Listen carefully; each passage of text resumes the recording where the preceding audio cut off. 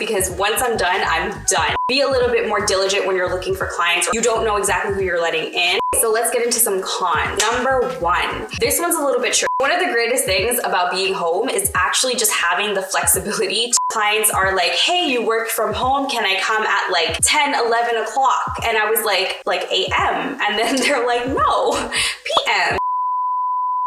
What's up guys, welcome back to my channel. My name is Ariel, if you didn't know. Today's video is gonna be something I know a lot of people starting out do struggle with. I've seen it on the Facebook groups, I've seen people ask this, and I really wanted to go through some pros and cons about being a home-based lash artist. Me, myself, I am a home-based lash artist, have been for a really long time, and I personally really like it, but there are definitely pros, there are definitely cons, and I'm gonna run through all of those with you right now. Okay, so let's start with the pros. So one of the greatest things about being home is actually just having the flexibility to be home. It's a matter of, say you're in between clients, you can run to your kitchen and make some food. If you have kids, you can kind of schedule your way so you can go grab your kids before your next client, and then they can come home, someone's there. Whatever the case is, it's just a matter of being flexible enough that you can actually do some home things while you lash in between your clients. Number 2 is actually along the same thing, but just having the flexibility or having the convenience to take your clients whenever you want. If you want to have a client at 9 a.m., you can do so. If you want to have a client at 7 p.m., you can do so. It's whatever works for you. So it's just a matter of being able to make your own schedule. Sometimes if you're in a studio or salon, it's a little bit more driven based on the clients versus your own work schedule.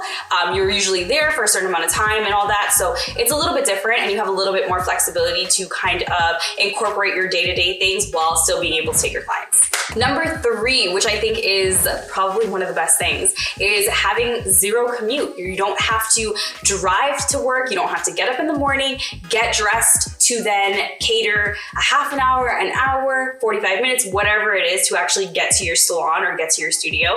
Everything is at home. You can get up a little bit later. Also, don't forget too, commuting is also a cost. Commuting can add up. You don't have to pay for gas. You don't have to pay for the bus. You don't have to pay for a lot of things. And it honestly saves a lot of time as well, just so you can actually take a client in between the time that it actually takes to get to a studio. Okay, number 4 is a great one. So number 4 is literally having absolutely no overhead cost. And when I say absolutely no overhead cost, I mean there is no extra rent you have to pay. You don't have to do a total new lease agreement. You don't have to be under these things where you're bound to pay for something for a certain amount of time. You're literally home. Of course, there's going to be some expenses, like you're going to have some extra electricity you got to use. You're going to have some extra heat, some AC, whatever the case is, but there's no actual term or, like I said, lease agreement or rental property or anything like that that you have to do. And then make sure that you're basically getting the right amount of clients to cover that extra expense of having a separate studio. Okay, number 5 is actually one of my favorite ones. One of my favorite things to know about working from home or having your own home-based studio is the fact that you have total creative freedom. You don't have to worry about puncturing holes in the wall for people that you're renting from. You can literally do whatever you want. You can totally revamp an entire space to exactly what you want. I personally think that's a really good way of showing who you are, showing your brand, and it really represents you as a lash artist, as a business owner when your clients come in. So I love having that creative freedom of being in your own space.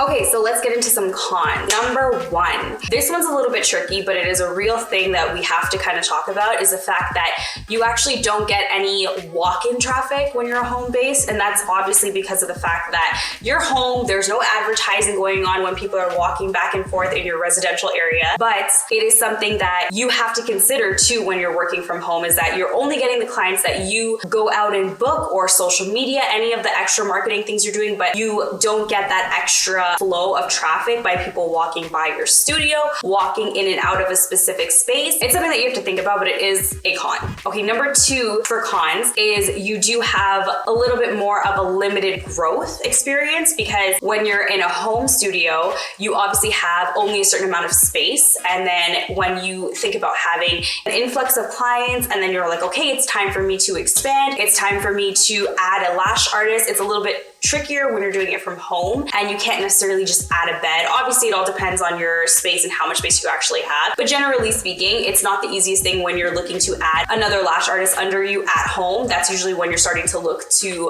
get your own space and go into a studio somewhere else. This one, number 3, is something that I struggle with for sure. It's the fact that when you are a home-based studio, sometimes clients or potential clients don't necessarily respect your time. I have had instances where clients are like, hey, you work from home, can I come at like 10, 11 o'clock? And I was like AM. And then they're like, no, PM, because I finish work at so-and-so 9 o'clock, whatever the case is.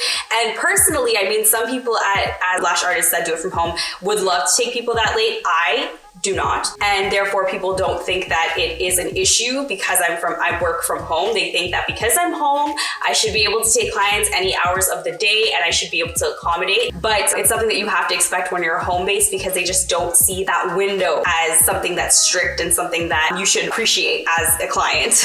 Okay, and number 4 is actually people don't necessarily respect your space, but they also don't take you as seriously because you're a home studio. Now, that being said, I do have my fair share of clients or my clients that are regulars. They totally take me seriously. They know this is my business, this is my livelihood, this is what I do. But when you sometimes have newer clients, tend to think that you working from home doesn't qualify this as a job or doesn't qualify this as a proper living. So you do have to take into consideration that some people just may not take you seriously or may not respect you as a business owner because you work from home. That being said though, those aren't the clients that we want. So you have to be mindful about who you let into your space. Okay, and then number 5 is really taking into consideration the safety of your working environment. You have to be a little bit more strict and you have to definitely filter out people a little bit more. Be a little bit more diligent when you're looking for clients or clients coming to you because you don't know exactly who you're letting in and you're not just letting them into your studio, you're letting them into your home. Even for me,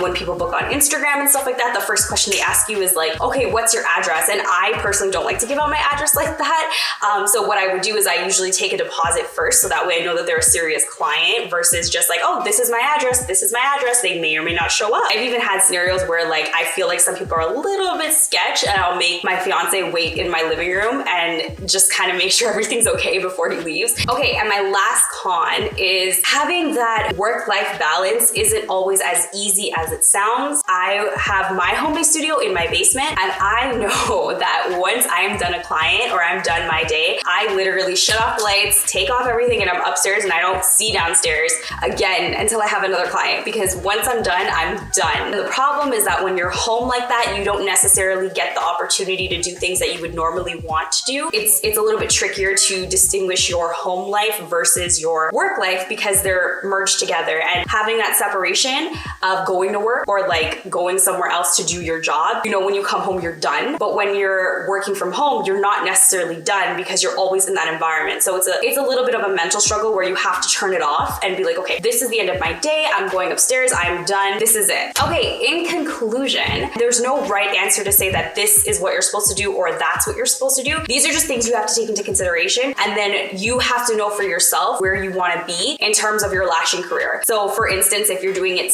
on the side, if you have your full-time job, chances are you're probably not going to go rent a studio because it doesn't make sense. You don't have the influx of clients to maintain that, right? But then sometimes you're doing it from home and you actually can't accommodate as the amount of clients you have, and you need a second lash artist, or you need a bigger space, or you need a waiting room, or you need something else. So you'd have to then go on to get a studio. So it really just depends on where you are in your journey, in your lashing career, how many clients you have, what you're comfortable doing, and what you're comfortable sacrificing. It all comes down to your personal lifestyle. Okay guys, that is it for this video. Don't forget, I post every single Tuesday and Thursday, so turn on your post notifications so you don't miss any of my videos. Don't forget to like, comment, share, and subscribe, and I'll be back with something new next time. Bye!